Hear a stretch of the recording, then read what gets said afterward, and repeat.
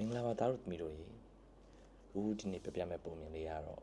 စိတ်ထားကောင်းတဲ့အဖိုးဆိုတဲ့ပုံမြင်လေးပဲဖြစ်ပါတယ်နားထောင်မယ်နော်ဟိုးရှိတော့ကမြို့တစ်မြို့မှာအိမ်အိုလေးတစ်လုံးရှိတယ်အိမ်ဟောင်းလေးပေါ့ကွယ်အဲ့ဒီအိမ်အဟောင်းလေးမှာဖိုးတယောက်နဲ့အဖေါ်တယောက်ကနေထိုင်နေတဲ့အဲ့ဒီအိမ်ကဘယ်တော့အိုဟောင်းနေတယ်လဲဆိုလို့ရှိရင်ခေါင်းမိုးတွေကဆွေးနေပြီးတော့အိမ်ရတဲ့ရိုင်နဲ့လေးပေါ့ကွယ်ဒါပေမဲ့အိမ်ရတာအဲ့လိုအိုဟောင်းပြီးတော့စုပ်ပြက်နေပေမဲ့အဲ့ဒီအိမ်မှာနေတဲ့အဖိုးနဲ့အဖွားကိုစီကအခါမှညင်းညူတယ်မကြပဲနဲ့အမြဲတမ်းပျော်ပျော်ရွှင်ရွှင်နေတိုင်းကြတယ်သူတို့စီမှာစိတ်ညစ်တဲ့ကြောင်ရတယ်တခါမကြရဘူးပေါ့နော်ဒီလိုနဲ့တနေ့ကျတော့သူတို့ရဲ့အိမ်ခေါင်မိုးပေါ်အုံဒီတစ်လုံးကကြွေကြလာတော့အိမ်ခေါင်မိုးပေါ်မှာအပေါက်ကြီးဖြစ်သွားတာပေါ့ကွယ်အဲ့ဒီပေါက်သွားတဲ့အိမ်ခေါင်မိုးပြန်ပြီးတော့ပြုတ်ပြင်ဖို့စဉ်းစားတဲ့အချိန်မှာဖိုးရောဖွားရောမှာကပတ်စံလုံးလုံးမရှိဘူးဖြစ်နေအဲ့နဲ့ဖိုးကစဉ်းစားလိုက်တာပေါ့နော်ငါတို့မှာရှိရဒီမြင်းလေးကိုရောင်းလိုက်မယ်ဆိုလို့ရှိရင်တော့ခေါင်းမဖောက်ဖို့အတွက်လုံလောက်မယ်လို့ပြောပြီးတော့ဖိုးကအဲ့မြင်းလေးကိုယူပြီးတော့မြို့တွေကိုထွက်လာတာပေါ့ကွယ်အဲ့နဲ့ဖိုးကမြင်းလေးကိုဆွဲပြီးလမ်းလျှောက်လာတဲ့အချိန်မှာမြို့နားမှာဘာသွားတွေ့လဲဆိုတော့ဂိတ်ဆောင်တဲ့ကောင်လေးတစ်ကောင်ကဒီမြို့ရဲ့အဝင်ဂိတ်ကြီးကိုစောင့်ပေးနေတဲ့စစ်သားလေးပေါ့ကွယ်စစ်သားလေးကသူ့ဘေးသားမှာတိုးလေးတစ်ကောင်လေးကိုထားပြီးတော့သူကမျက်နှာလေးအရန်ညှိုးနွမ်းပြီးသူကငုတ်တုတ်လေးထိုင်အဲ့နဲ့သူကအဖိုးကနေပြီးတော့အဲ့စစ်သားလေးကိုမေးလိုက်တာပေါ့နော်တားရေဘာလို့မျက်နှာမကောင်းတာလဲဆိုပြီးမေးတယ်မေးတော့ဘာပြောလဲဆိုတော့ကျွန်တော်ရဲ့ကောင်မလေးရာတဲ့ဒီတိုးလေးကိုမလိုချင်တော့ပဲနဲ့မြင်းကိုပဲလိုချင်နေဆိုပြီးပူစားနေရဲ့တဲ့ကျွန်တော်မှလည်းဝယ်ပေးဖို့ပတ်စံမရှိဘူးတဲ့အဲ့ဒါကြောင့်ဘယ်လိုလုပ်ရမလဲစဉ်းစားနေတာဆိုပြီးပြန်ပြောတော့အဖိုးကကဲကလေးမင်းတို့ကန်ကောင်းလာပဲငါကဒီမြင်းကိုရောင်းဖို့ထွက်လာတာမင်းနဲ့ခက်ခဲရှိရဲဆိုလို့ရှိရင်အခုမင်းရဲ့တိုးနဲ့ငါရဲ့မြင်းနဲ့လဲမယ်ကွာဆိုပြီးတော့ပြောလိုက်ရောအဲ့တော့ကောင်လေးကဝမ်းသာသွားပြီးတော့လဲလိုက်တာပေါ့နော်အဲ့နဲ့အဖိုးကအဲ့တိုးလေးကိုဆွဲပြီးတော့မြို့ထဲကိုဝင်လာချိန်မှာလမ်းမှာဒေါသတွေထွက်နေတဲ့မိန်းမတစ်ယောက်နဲ့တွေ့ရောအဲ့ဒီဒေါသထွက်နေတဲ့မိန်းမကတော့နန်းတစ်ကောင်ပိုက်တာအဲ့နဲ့အဖိုးကြီးကမေးတာပေါ့နော်မိန်းကလေးဘာဖြစ်လို့ဒေါသတွေထွက်နေရတာလဲဆိုပြီးမေးတော့ကျမရဲ့ဒီငန်းကအရင်ကတစ်ခါဥရင်ငန်းဥ6လုံးဥတယ်အခုဒီနေ့4လုံးပဲဥပြီးတော့ဆိုင်ရှင်ကမလုံးလောက်ဘူးဆိုပြီးမကြည်မတတ်တွေဖြစ်တယ်တဲ့သူကအဲ့ငန်းဥတယ်ငန်းဥကိုယူပြီးတော့ဈေးဆိုင်မှာတော်ရောင်းရတာဟုတ်အဲ့တော့ဆိုင်ရှင်က4လုံးပဲဥလို့ဆိုပြီးတော့မလုံးလောက်ဘူးပေါ့ကွယ်6လုံးလိုချင်တာလို့ပြောတော့သူကခမလေးကဒုက္ခရောက်သွားတာပေါ့အဲ့တော့စိတ်တူပြီးတော့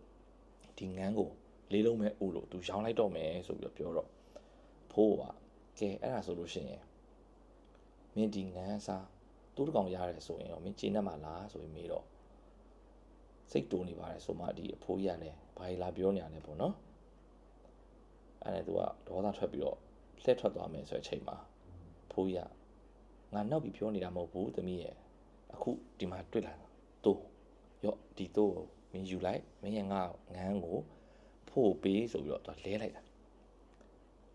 ပြီးနေပြီးတော့သူကအဲ့ဒီငန်းလေးကိုပိုက်ပြီးတော့ဖိုးရဲ့ဆက်ပြီးတော့တခါလမ်းလျှောက်လာပြန်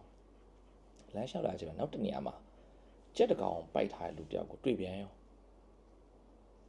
တွေ့ပြန်တော့အဖိုးရမေးပြန်ရောလူလေးဒီကြက်ကိုဘာလုပ်မလို့လဲဆိုပြီးမေးတော့အဲ့လူကြီးက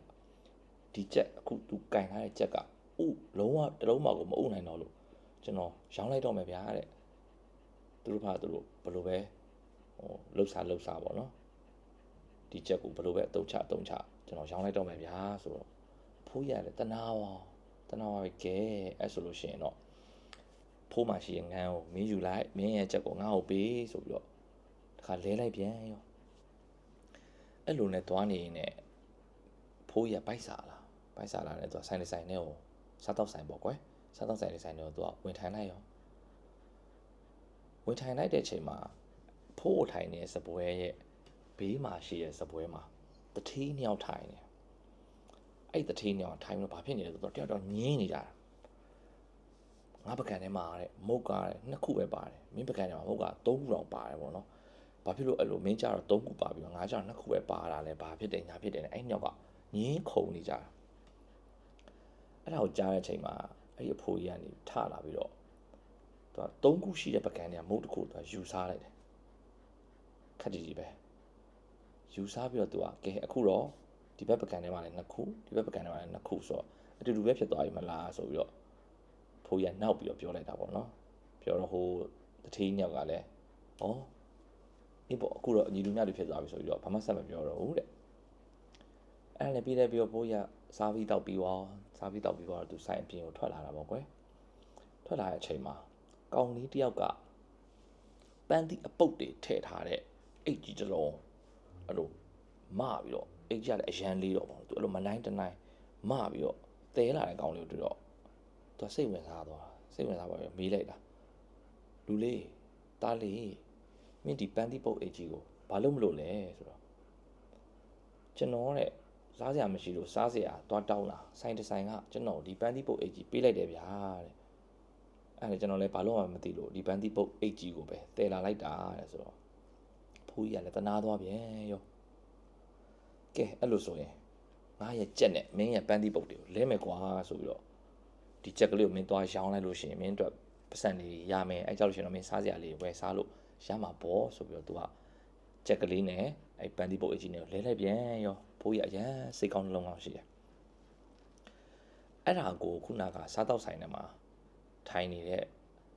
တထေးကြီးနှစ်ယောက်ကတွေ့သွားသူကအံ့ဩသွား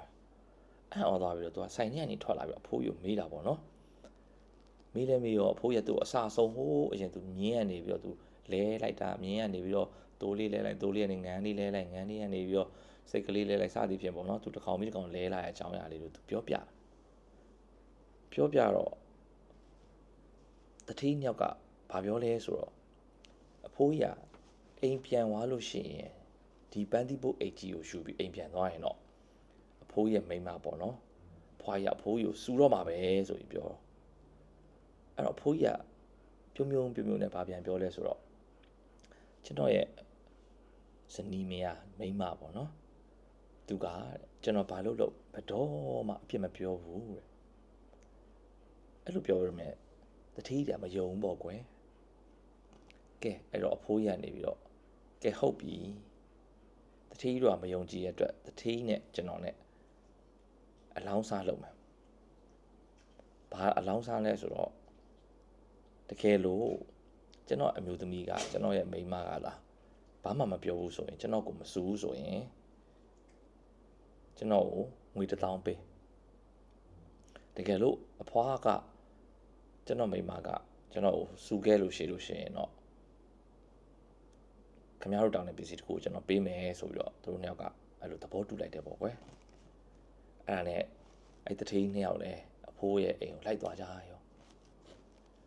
အဲ့မှာအိမ်ထဲရောက်ကောအဖွားကြီးကနေမေးတာပေါ့ယောက်ျားကြီးယောက်ျားမြင်းရောင်းခဲ့တာပတ်စံရခဲ့ရဲ့လားဆိုပြီးမေးတော့အဲ့မှာအဖိုးရပါပြောလဲဆိုတော့ဤကွယ်တဲ့ငါရဲ့မြင်းကိုငါတိုးလေးတစ်ကောင်နဲ့လဲခဲ့တယ်အဲ့တော့အဖွားရကောင်းတာပေါ့တဲ့အဲ့တိုးရဲ့အမွှေးတွေကိုရိတ်လိုက်ရင်တိုးမွေးတွေရမယ်နိတိုးမွေးတွေဟိုငါတို့ကစောင်းရသည်မှာငါတို့အင်ကြီးလုံးပဲလို့ရှင်ငါတို့နှွေးစီမှာပေါ့တဲ့အဲ့နဲ့အဖိုးရနေပြီးတော့ခဏနေဦးတဲ့အဲ့ဒီတိုးနဲ့ငန်းကိုထပ်ပြီးတော့လဲလိုက်တယ်တဲ့ဆိုတော့ဖွားကြီးကလည်းကောင်းတာပေါ့တဲ့